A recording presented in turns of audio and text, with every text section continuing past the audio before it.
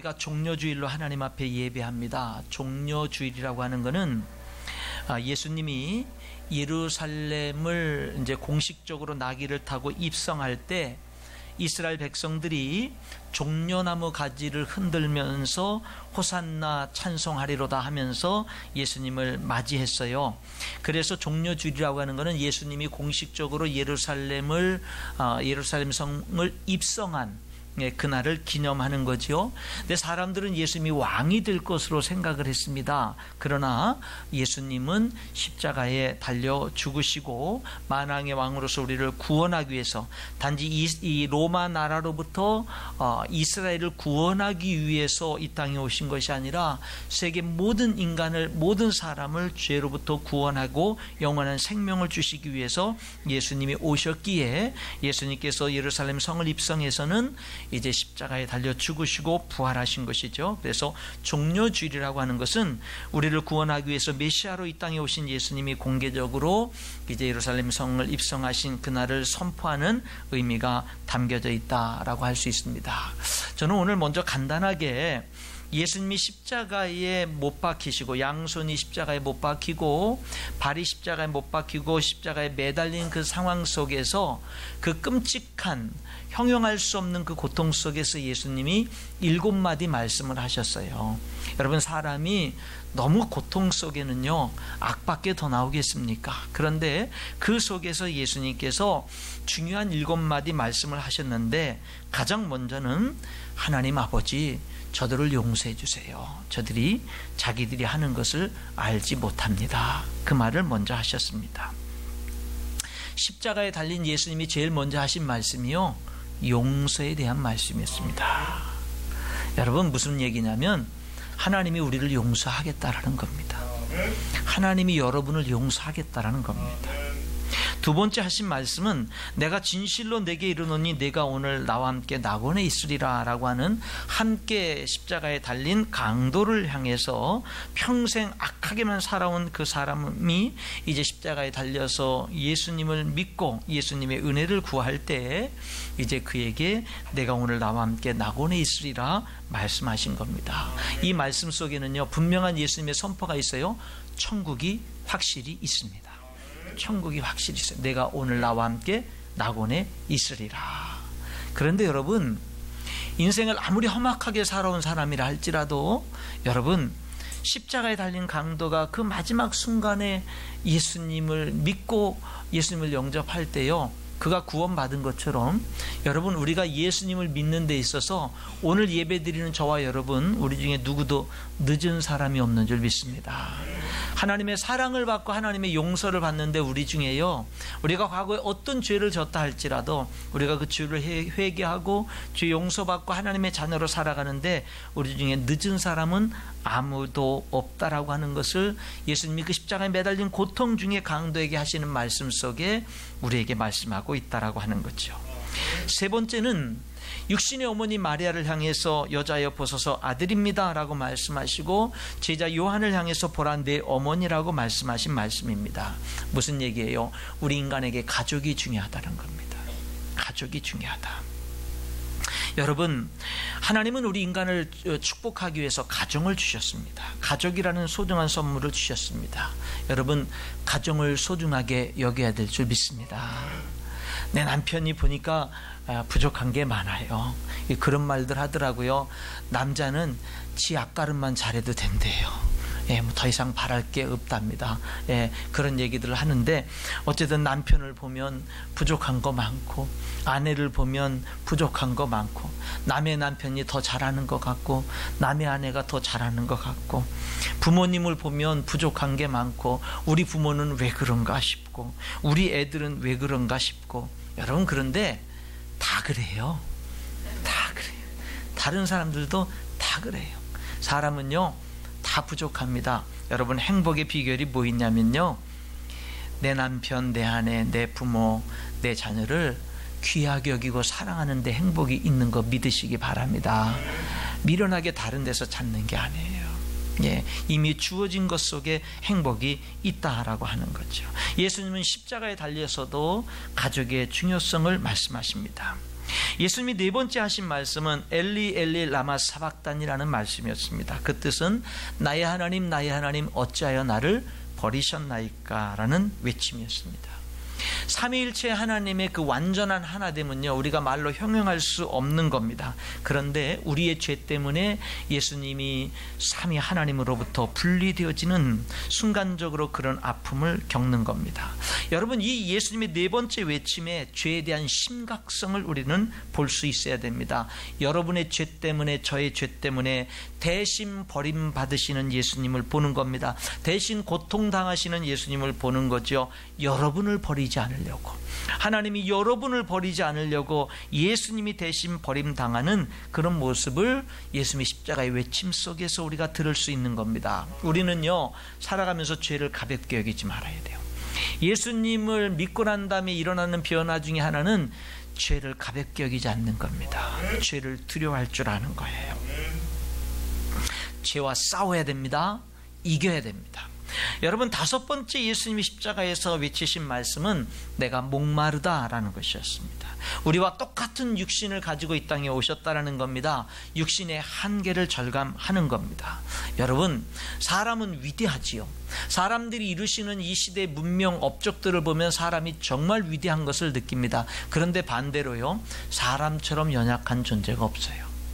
사람이 정말 위대한 일들을 이루기도 하지만 또 한편으로 보면 사람처럼 연약한 존재가 없거든요. 우리들은요, 겸손하게 살아야 될 줄 믿습니다. 겸손해야 돼요. 특별히 하나님 앞에서 겸손하게 살아야 됩니다. 여섯 번째 예수님이 외치신 말씀은 다 이루었다라는 말씀입니다. 여러분, 어떻게 십자가가 완성입니까? 어떻게 정말 십자가에서 예수님은 무엇을 도대체 다 이루었다라고 말씀하는 것입니까? 여러분, 저와 여러분의 모든 죄값을 다 치렀다는 말씀입니다. 우리들의 죄 문제를 다 해결했다는 말씀입니다. 세상에 많은 문제가 있지만은요, 사실은 모든 것의 근본은 죄에 있습니다. 나의 그 이기심, 나의 그 욕심, 정말로 모든 것에 이 세상의 수많은 문제들은 죄의 그 뿌리를 두고 있습니다. 그런데 그 죄 문제를 예수님이 해결하셨다라고 하는 겁니다. 우리 인간이 불행하고 저주를 받는 것도 죄 문제인데 그 죄 문제를 예수님이 해결하셨다는 말씀입니다. 그러니까 여러분, 십자가는 승리인 것입니다. 승리입니다. 마지막 일곱 번째 예수님이 십자가에서 외치신 말씀이 뭐냐면, 아버지, 내 영혼을 아버지 손에 부탁합니다 라는 것입니다. 죽음 앞에서도 축복이 있는 거예요. 저는 여러분, 하나님 마지막 숨을 거두면서 하나님 아버지, 내 영혼을 하나님께 부탁합니다. 여러분, 이거보다 복된 게 어디 있어요? 이거보다 복된 게. 저와 여러분도 언젠가는 죽음 앞에 설 것입니다. 이것은 피할 수 없는 진리죠. 갑작스럽게 준비하지 못한 가운데 죽음이 우리를 덮칠 수도 있습니다. 그러나 여러분, 우리들이 어떻게 죽음을 맞이하든지 간에 내 영혼을 아버지 하나님께 맡길 수 있다라는 거, 이것처럼 복된 게 어디 있습니까? 여러분, 우리는 하나님께 나를 언제 맡겨야 될까요? 하나님께 도대체 소중한 나를 언제 맡깁니까? 정말 맡겨야 될 중요한 시점은요, 내가 죽는 순간입니다. 그때는 진짜 하나님께 맡길 수 있어야 됩니다. 그게 진짜 복이에요. 또 하나, 우리들은 언제 하나님께 우리 자신을 맡기냐면요, 내 인생이 너무 힘들고 어려울 때, 너무너무 고통스럽고 고난과 환난을 닥칠 때 우리 하나님께 우리 자신을 맡길 수 있어야 됩니다. 그런데요, 그렇게 우리들이 맡기려면 중요한 것이 하나 있는데, 그것은 뭐냐면 지금 맡길 수 있어야 된다는 거예요. 지금 내가 날마다의 삶 속에서 하나님을 맡길 줄 알고 나의 어떤 문제, 나의 어떤 괴로움, 나의 어떤 어려움, 이런 것들을 날마다의 삶 속에서 날마다 순간마다 지금 하나님 앞에 맡기는 사람이 어려울 때도 맡길 수 있고 죽음 앞에서도 맡길 수 있는 것인 줄 믿습니다. 지금 맡기지 않으면 여러분, 우리들이 나중에 내가 맡기지 그렇게 할 수가 없을 가능성이 더 많다라고 하는 겁니다. 마지막 죽음을 앞에 놓고 내 영혼을 하나님께 맡깁니다. 이게 얼마나 복된가. 인생이 어려울 때 하나님께 맡깁니다. 얼마나 복된가. 오늘 하루하루 아침에 눈을 뜨면 여호와는 나의 목자시니 내게 부족함이 없으리로다 고백하면서 하루하루 주님께 맡기고 담대하게 인생을 맞이하면서 살아가는 이 삶이 얼마나 복된가라고 하는 것입니다. 저는 예수님이 십자가에 달려서 그 극심한 그 고통 중에 외친 7마디 말씀을 간단하게 설명드렸는데, 그 중에서 한 가지를 다시 한 번 더 주목해 보기를 원하는 겁니다. 첫 번째 외치셨던 말씀, 아버지 저희를 용서하여 주옵소서, 자기들이 하는 것을 알지 못합니다 라는 겁니다. 지난 주간에 새벽 기도를 쭉 진행을 하면서 사사기서를 읽는데, 사사기서가 똑같은 사이클이 반복돼요. 살기 좋으면 하나님을 배반합니다. 하나님을 잊어요. 하나님을 등집니다. 하나님을 떠나요. 그래서 우상을 숭배합니다. 그리고서 우상을 숭배하면서 살다가 어려움을 당하고 외세의 침입을 당하고 정말로 빼앗기고 약탈당하고 너무너무 고통스럽고 힘들면 그때 하나님을 찾습니다. 하나님 잘못했습니다. 용서해 주세요. 하나님 잘못했습니다. 도와주세요. 그때 하나님을 찾아요. 그러면 하나님은 그들을 도와주십니다. 그래서 어려움에서 그들이 벗어나게 도와주십니다. 살만해집니다. 그러면 그들은 또다시 하나님을 배반합니다. 하나님을 떠나요. 하나님을 잊습니다. 그리고 우상을 숭배하며 온갖 못된 짓 하며 하나님 없는 것처럼 인생을 살아갑니다. 그러다가 또한 하나님이 진노하시고 어렵고 힘든 인생이, 고달픈 인생이 그들에게 펼쳐지면 또다시 하나님 앞에 회개합니다. 하나님 잘못했습니다. 하나님 용서해 주세요. 그렇게 하나님 앞에 돌아옵니다. 하나님은 또 속이 없으신 분처럼 또다시 그들을 용서해 줍니다. 또다시 그들을 맞아줍니다. 그러면 또 살만해지면은요, 그들을 구원해 주면 그들은 또다시 하나님을 배반합니다. 이게 반복돼요. 아무리 반복돼도 하나님도 속이 있잖아요. 하루는 하나님이 너무 화가 났어요. 그래서 이스라엘 백성들이 잘못했습니다. 하나님 우리를 구원해 주세요. 그러니까 이번에는 하나님이 뭐라고 말씀하시냐면, 야, 내가 그동안 너희들을 그렇게 구원해줘도 너희들이 살만하면 다 우상 숭배하면서 수많은 신들을 섬겼으니까 그 신들에게 가서 이제는 도와달라고 그래라. 너희들이 나를 버리고 가서 그동안 잘 섬기고 막 그렇게 했던 그 신들에게 도와달라. 나는 이제 더 이상 너희들의 문제에 관여 안 하고 너희들을 도와주지 않겠다. 하나님이 그래요. 그래서 이스라엘 백성들이 하나님 앞에, 아닙니다 하나님 우리가 잘못했습니다. 하나님 아버지 우리를 도와주세요 하면서 다른 우상들 섬겨봤자 소용이 없는 걸 아니까 하나님 앞에 와서 간절히 하나님 앞에 용서해달라고, 우리를 좀 도와달라고 그럽니다. 그래서 성경에 이렇게 기록이 되어 있어요. 하나님이 그들을 보면서 근심하시니라 그래요. 예, 더 이상 안 도와줘. 너희들이 선택한 신에게 가서 해결해 달라고 그래. 그리고서 이제 다시는 안 도와준다라고 하는데, 그들이 그 고통 중에 그래도 하나님밖에 없어요 라고 하면서 하나님 앞에 부르짖으니까 하나님이 그 모습을 보면서 뭐해요? 근심하시는 거예요. 근심하시는 거. 저는 이 성경을 읽으면서 사랑을 느껴요. 사랑을. 설교 준비하면서 인터넷을 검색을 한번 해봤어요. 인터넷에다 용서라는 단어를 한번 쳐봤습니다. 여러 글들이 있는데 그 중에 이런 글이 제 마음에 이렇게 닿았어요. 용서, 하나님이 주신 최고의 선물. 여러분, 하나님의 용서가 있습니다. 하나님의 용서가 있어요. 오늘 여기 본문에 보니까 예수님이 죽으실 때 휘장이 찢어져요. 그 휘장은요, 성소와 지성소를 가로막고 있는 휘장인데 그 휘장 안쪽에 지성소에는요 아무도 못 들어가요. 거기는 하나님이 임재하시는 곳이에요. 거기는 1년에 딱 한 번 대제사장이 이스라엘 백성들의 그 모든 죄를 용서받기 위해서 짐승을 잡아서 짐승의 피를 가지고 1년에 딱 한 번 우리들의 모든 죄를 용서해 주세요 하면서 들어갈 수 있는 곳이 그 지성소인데, 예수님이 죽으시고 예수님이 십자가에서 예수님의 보혈, 그 피를 흘려주심으로 운명하시는 그 순간에요, 성소의 그 휘장을 하나님이 위서부터 아래까지 쫙 찢어서 모든 사람들이 하나님 앞에 나갈 수 있는 길을 활짝 열어 놓으셨습니다. 여러분, 하나님은 좋아하시는 게 있어요. 용서하기를 좋아하십니다. 이런 생각을 해봤어요. 하나님이 왜 그렇게 용서를 해주시지? 하나님이 정민철 목사를 왜 그렇게 용서를 끝없이 해주실까요? 저는 솔직히 이 강단의 목사로 이렇게 서 있는 것은 용서 때문에 서 있습니다. 저는 하나님의 용서가 아니면 이 자리에 솔직히 설 수 없습니다. 하나님은 도대체 우리를 왜 용서할까요? 여러분, 저는 나를 사랑하시기 때문에 나는 그 외에 어떤 이유도 찾아볼 수가 없어요. 나를 왜 용서하셔요? 그분 하나님이 나를 사랑하기 때문에 그런 거예요. 그러니까 속없이 용서해 주시는 겁니다. 돌아오면 하나님의 가슴에 대못을 박아놓고 회개하고 돌아오면 받아주셔요. 아니, 돌아오길 기다리셔요. 돌아오면 기뻐하십니다. 왜 그렇지요? 진짜 사랑하시는 거예요. 여러분 보세요. 오늘 예수님이 십자가에 달려서 저들을 용서해 달라고 외치잖아요. 근데 여러분, 그 십자가의 그 고통 속에서도 용서를 외치는 이 십자가에 달리신 예수님 그 발밑에 수많은 군중들이 있는데 그 사람들의 반응은 어떤 줄 아세요? 용서받을 만한 모습들이 아닙니다. 35절에 백성은, 거기서 수많은 백성들은 뭐하고 있는 줄 알아요? 구경합니다.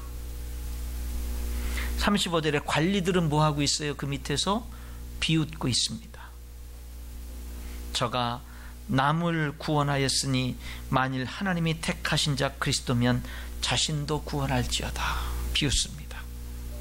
군인들은 뭐합니까? 36절에 보니까 희롱합니다.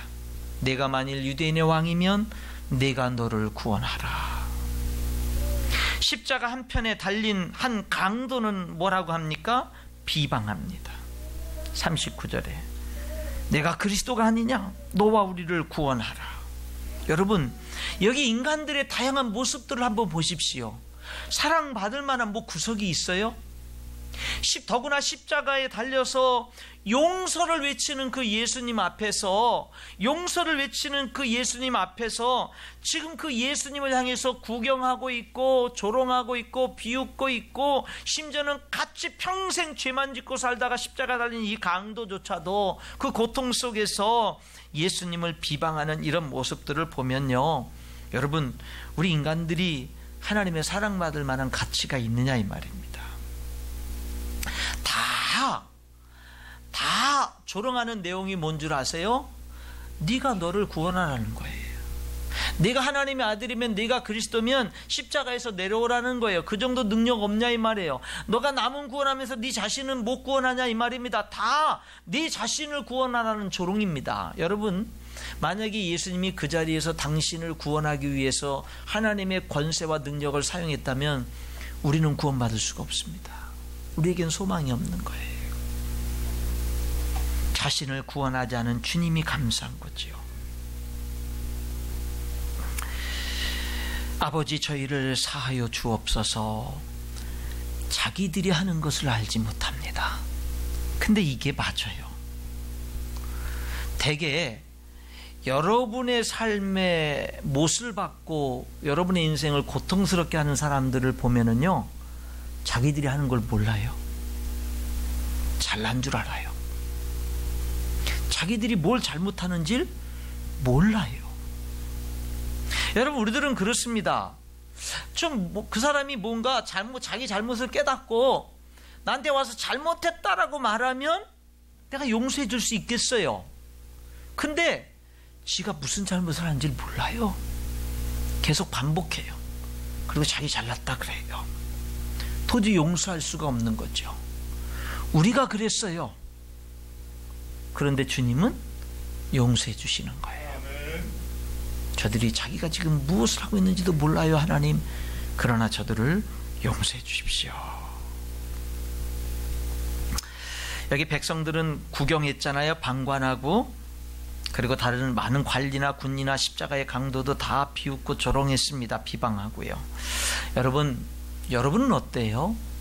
십자가에 달리신 예수 그리스도의 십자가를 바라보면서 혹시 무관심하지 않았습니까? 외면하지 않았습니까? 굳이 비웃지 않았습니까? 이제는 무관심을 끊고 방관하는 것을 끊어버리고 외면하는 것을 끊어버리고 비웃는 것을 끊어버리고 오늘 우리에게 필요한 것이 하나님의 사랑을, 하나님의 용서를 받아들이는 것입니다. 여러분, 오늘 이 종료주일에 우리들이 부활주일을 한 주간 앞두고 오늘 우리들에게 정말로 필요한 것이 뭐냐면요, 하나님이 오늘 저와 여러분에게 지금 분명히 말씀하시는 것이 이겁니다. 하나님의 용서를 받아들여라. 하나님의 용서를 받아들여라. 여러분, 예수님은 우리를 그냥 용서하지 않습니다. 우리들의 모든 죄의 값을 예수님이 다 치르시고 용서해 주십니다. 근데 사실 용서가 그런 것 같아요. 뭐냐면 용서해 주는 사람이, 진정으로 용서해 주는 사람이 모든 값을 다 치르는 것 같아요. 용서라는 것은. 여러분, 오늘 우리 예배드리는 모두가 다 하나님의 용서를 감사함으로 받아들이는 이 시간이 될 수 있기를 축복합니다. 하나님의 용서를. 그리고 용서받은 자로 살아갈 수 있기를 축원합니다. 한번 따라 하시죠. 용서받은 자로 살겠습니다. 그렇게 사세요. 용서받은 자로, 용서받은 자로. 용서받은 자로 사는 게 뭘까? 나도 나를 용서하면서 사는 겁니다. 나도 나를 용서하면서 사는 거예요. 그걸 다른 말로 표현하면 내가 나를 사랑하면서 사는 거예요. 우리 집안이 형편없는 집안이에요. 부모님은 맨날 싸워요. 예, 뭐 이렇게 경제적으로 넉넉하지도 않아요. 집도 좁아요. 뭐 원망 불평할 게 하나둘이 아니에요. 여러분, 그래도 내가 나를 사랑하자 이 말입니다. 그래도 내 인생을 가치 있게 여기자 이 말입니다. 하나님의 용서를 받아들이고 하나님의 사랑을 받아들이고 이제 내가 용서받은 자로 살자. 가장 먼저 그것을 어디에 적용시켜요? 나를 사랑하는 데서부터, 나를 용서하는 데서부터. 아마 여러분 중에 어떤 분은요, 자기 스스로를 용서하지 못하는 사람이 있을 수 있어요. 예. 뭐 어렵고 힘든 환경 속에서의 자기 자신, 지금 여전히 지금 오늘 예배가 끝나고 바깥에 나가면 여전히 내 가정 환경은 어렵고 힘들어. 이런 가정 환경 안에 있는 내 자신을 내가 도대체 용납할 수가 없어. 아마 그런 사람도 있을 수 있고요. 아마 여러분 중에 어떤 분은 이렇게 내가 이렇게 못났지? 내가 왜 이렇게 자꾸 실수를 하고 내가 이렇게 하나님의 영광을 위해서 산다 그러면서 또다시 넘어지고 또 이렇게 내가 자꾸 잘못하고 내가 왜 이렇게 뭘 하겠다고 해놓고 못하고 내가 왜 이렇게 형편이 없지? 자기 자신이 미운 사람도 있을 겁니다. 아니면 과거에 하나님 앞에 이러면 안 되는데 어떤 정말로 큰 죄를 져가지고 늘 그 죄가 나를 괴롭히고 나를 붙들고 나를 주님을 사랑하지 못하게 만들고 하나님께 헌신하지 못하게 만드는 어떤 그런 것이 나를 계속 괴롭히고 있는 사람도 있을 것입니다. 주님은 이렇게 말씀하십니다. 십자가에 달리신 예수님이 이렇게 말씀하시는 거예요. 그래도 내가 너를 사랑하니까 너도 너를 용서하고 이제는 너 자신을 사랑해라.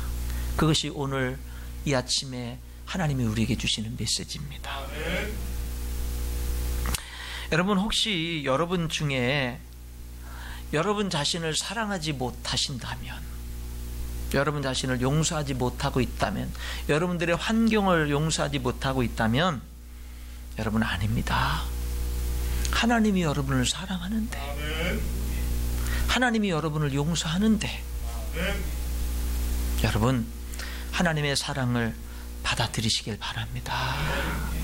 그리고 용서받은 자로 사세요. 용서받은 자로. 용서받은 자의 삶이 뭐예요? 나를 용서하는 거죠. 나를 사랑하는 거죠. 용서받은 자의 삶이 뭐예요? 하나님께 감사하는 거죠. 하나님을 사랑하며 사는 거죠. 용서받은 자의 삶이 뭐예요? 바르게 사는 겁니다. 친히 나무에 달려 그 몸으로 우리 죄를 담당하셨으니 이는 우리로 죄에 대하여 죽고 의에 대하여 살게 하려 하십니다. 예수님이 우리를 위해서 왜 죽었어요? 이제는 죄에 대해서는 죽어라, 의에 대해서 살아라. 죄가 너를 유혹할 때는 나는 죽었어, 죄에 대해서 반응하지 말고 의에 대해서 하나님 앞에 옳은 것에 대해서는 적극적으로 반응하면서 살라고 주님이 우리 위해서 대신 십자가에 죽으셨으니까 우리 인생을 정말 하나님의 용서받은 자는 어떻게 사는 거예요? 바르게 사는 거예요. 그 바르게 사는 것 중에 하나가 뭐예요? 나도 용서하며 사는 거예요. 그리고 용서받은 자의 삶은 나를 용서하신 주님을 위해서 사는 것인 줄 믿습니다. 내가 그리스도와 함께 십자가에 못 박혔나니 그런즉 이제는 내가 사는 것이 아니요 오직 내 안에 그리스도께서 사시는 것이다. 이제 내가 육체 가운데 사는 것은 나를 사랑하사 나를 위하여 자기 자신을 버리신 하나님의 아들을 믿는 믿음 안에 사는 것이다. 용서받은 자의 삶이 뭐예요? 하나님의 영광을 위해서 살아가는 것입니다. 사랑하는 성도 여러분, 오늘 저는 제목을 용서라고 이렇게 기록했지만 용서받은 자로 살자라는 말씀입니다. 하나님의 용서를 받아들이시고 용서받은 자의 삶을 살아갈 수 있기를 주님의 이름으로 축원합니다.